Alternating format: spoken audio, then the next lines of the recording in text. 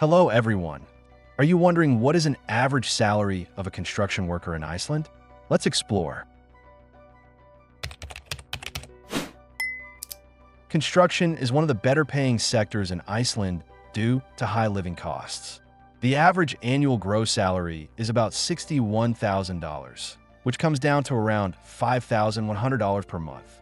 After taxes, workers usually take home around $43,000 per year, or about $3,600 monthly.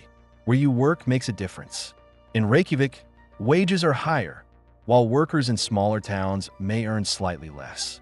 Beginners may start at $40,000 annually, while experienced workers or those with technical skills can earn over $70,000.